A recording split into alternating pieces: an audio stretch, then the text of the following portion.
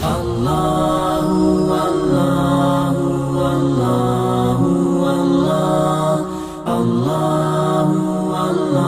حلال جانوروں کی کون کون سی چیزیں منع ہیں جن کا کھانا ہمیں مکروہ قرار دیا گیا ہے یا حرام قرار دیا گیا ہے۔ دیکھیے حلال جانور کی تقریباً سبھی چیزیں حلال ہوتی ہیں، اس کی آنکھ بھی حلال ہے، اس کے بال بھی حلال ہے، اس کے کھال بھی حلال ہے۔ جیسے سری ہوتی ہے، اب سری میں اس کی زبان اور اس کے کان اور اس کے جو ہے آنکھیں اور اس کے بال یہ سب بھون کے کھائے جاتے ہیں، اس میں کوئی حرج نہیں ہے۔ لیکن ہمیں یہ سمجھنا ضروری ہے کہ پھر کیا وہ چیزیں ہیں حدیث پاک میں جس کو کھانا منع کیا گیا ہے۔ اس میں سے ایک چیز تو بالکل ہی حرام ہے، قرآن کریم نے اس کو صریح لفظوں میں حرام کیا ہے، دمم مسفوحن، جس کو کہتے ہیں دم سائل، بہنے والا خون۔ قربانی کرتے ہوئے جو جانور کی حلق سے خون ذبح ہوتے وقت نکلتا ہے وہ خون بالکل نجس ہوتا ہے، ناپاک ہوتا ہے۔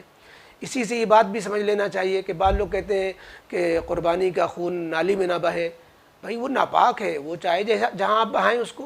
کا کوئی احترام تھوڑی کرنا ہے، وہ ناپاک چیز ہے، نجس چیز ہے، نہ اس کو استعمال کر سکتے ہیں، نہ اس کا کوئی،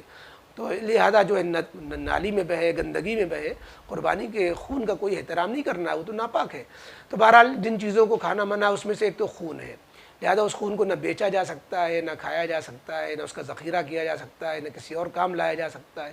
یہ تو ہوا قربانی کا خون یا کسی بھی حلال جانور کا خون۔ باقی اور چیزیں منع ہیں، سب ملا کر کے 7 چیزیں منع ہیں، لیکن خون تو بالکل ہی حرام ہے۔ باقی جو 6 اور چیزیں ہیں ان کو مکروہ تحریمی کہا جاتا ہے، حدیث پاک میں اس کو بھی منع کیا گیا ہے۔ ان چیزوں کو شمار کر لیا جائے، محفوظ ذہن میں رکھا جائے، اور بعض چیزیں رواج میں اس کو دیکھا گیا کہ اس کو لوگ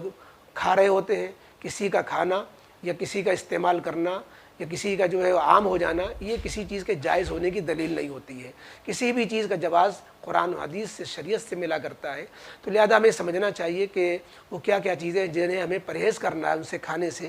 ایک تو ہوتا ہے کہ کسی بھی اگر بکری ہے، مادہ جانور ہے، تو اس کی جو شرمگاہ ہے وہ حصے کو علیحدہ کرنا ضروری ہے، اس کو کھانا مکروہ تحریمی ہوتا ہے۔ اسی طریقے سے نر جانور کی جو پیشاب گاہ ہے وہ بھی منع ہے، جس کو ذکر کہتے ہیں، تو وہ نر جانور کی پیشاب گاہ کو نکال کر کے ہٹانا ضروری ہے۔ اور یہ 3 چیزیں ہوئی، خون، مادہ جانور کی شرمگاہ اور نر جانور کی پیشاب گاہ۔ چوتھے مثانہ، جس میں پیشاب جمع ہوتا ہے، پیشاب کی تھیلی ہوتی ہے، اس کو بھی علیحدہ کرنا ضروری ہے، اس کو جو ہے گوشت میں شامل کرنا جائز نہیں ہے، ورنہ پورا گوشت خراب ہو جائے گا، مکروہ ہو جائے گا۔ اور 5ویں مرہ، جسے پتا بولتے ہیں، جو جگر کے پاس تھیلی لٹکی ہوتی جس میں پت جمع ہوتا ہے، وہ بھی کھانا منع ہے۔ یہ 5 چیزیں ہوئیں۔ چھٹی چیز خصیتین، جس کو کپورے بولتے ہیں۔ افسوس ہے کہ لوگ بعض دفعہ کپورے خرید کر کے باقاعدہ شوق سے کھا رہے ہوتے ہیں، لیکن کسی چیز کا کھانا یا چلن ہو جانا، جیسا کہ عرض کیا گیا، شراب لوگ پی رہے ہیں تو شراب حلال تھوڑی ہو جائے گی۔ تو خصیتین اگر کوئی کپورے کھا رہے ہیں، ہوٹلوں میں بک رہے ہیں، اور اس کو تو یہ مکروہ چیز کھا رہے ہیں، گناہ کر رہے ہیں، وہ مکروہ تحریمی کا ارتکاب کر رہے ہیں، اس کا کھانا جائز نہیں ہے۔ 7ویں چیز ہے غدود۔ غدود غدے کو کہتے ہیں، غدہ کا مطلب ہوتا ہے گانٹھ اور گٹھلی، یعنی جیسے جو جانوروں کے کھال اور گوشت کے درمیان کبھی گانٹھ جمع ہو جاتی ہے، خون جمع ہو جاتا ہے یا گانٹھ جمع ہو جاتی ہے، ایک زائد جو ہے حصہ نظر آ رہا ہوتا ہے، تو کھال اور گوشت کے درمیان جو جانوروں میں عام طور پر گٹھلی جو ہے گلٹی ٹائپ کی جمع ہو جاتی ہے، اس کو غدود بولتے ہیں، اس کو بھی کھانا مکروہ ہے۔ تو یہ چیزیں ہیں جن کو حرام قرار دیا گیا ہے۔ خون کو تو حرام اور باقی کو مکروہ۔ نمبر 1 خون، نمبر 2 مادہ جانور کی شرمگاہ کا حصہ، نمبر 3 نر جانور کی پیشاب گاہ، نمبر 4 مثانہ یعنی پیشاب کی تھیلی، اور نمبر 5 پتا یعنی کلیجے کے پاس جو پت کی تھیلی لٹکی ہوتی ہے، اور نمبر 6 خصیتین جس کو کپورے بولتے ہیں، نمبر 7 غدود۔ اب یہاں پر آگے ایک چیز سمجھنے کی اور ہے کہ ایک یہ بھی مشہور ہے کہ حرام مغز حرام ہے۔ حرام مغز کو یقیناً بعض کتابوں میں منع لکھا ہے، اور اپنے بعض فقہا نے بھی تحتاوی الدر کے اندر بھی اس کو لکھا ہے کہ بعض لوگوں نے اس کو بھی مکروہ قرار دیا ہے۔ لہذا حرام مغز کا مطلب ہوتا ہے کہ یہ جو ریڑھ کی ہڈی میں یہ سفید پٹھا سا ہوتا ہے، یہ اس کو مغز بولتے ہیں، جو ریڑھ کی ہڈی میں گردن سے لے کر کے جو ہے ریڑھ کی ہڈی میں نیچے تک چلا گیا ہے، اس کے اندر جو سفید پٹھا سا ہوتا ہے، رگ ہوتی ہے، اس کو حرام مغز کہتے ہیں۔ اور اس کو حرام مغز کیوں کہتے ہیں؟ اصل میں یہ جو قصاب لوگ جب قربانی کرتے ہیں تو قربانی کرنے کے بعد جانور کو جلدی ٹھنڈا کرنے کے لیے وہ گردن سے جو وہ حرام مغز نیچے تک گیا ہوا اس کو کاٹ ڈالتے ہیں۔ اس کو کاٹنا منع ہوتا ہے قربانی کرنے میں، اس لیے اس کو حرام مغز کہتے ہیں۔ اصل میں یہ حرام مغز نہیں تھا، بلکہ بعض حکیموں نے لکھا کہ یہ آرام مغز ہے۔ آرام مغز بیمار آدمی جس کو ریڑھ کی ہڈی میں تکلیف رہتی ہو اس کو یہ تل کر کے کھلایا جاتا تھا، الگ سے نکال کر کے۔ اب لوگ چونکہ حرام مغز کو حرام سمجھتے ہیں تو باقاعدہ اس کا تکلف کرتے ہیں کہ جانور کو ذبح کرنے کے بعد ریڑھ کی ہڈی سے وہ حرام مغز کو بتکلف جدا کرتے ہیں۔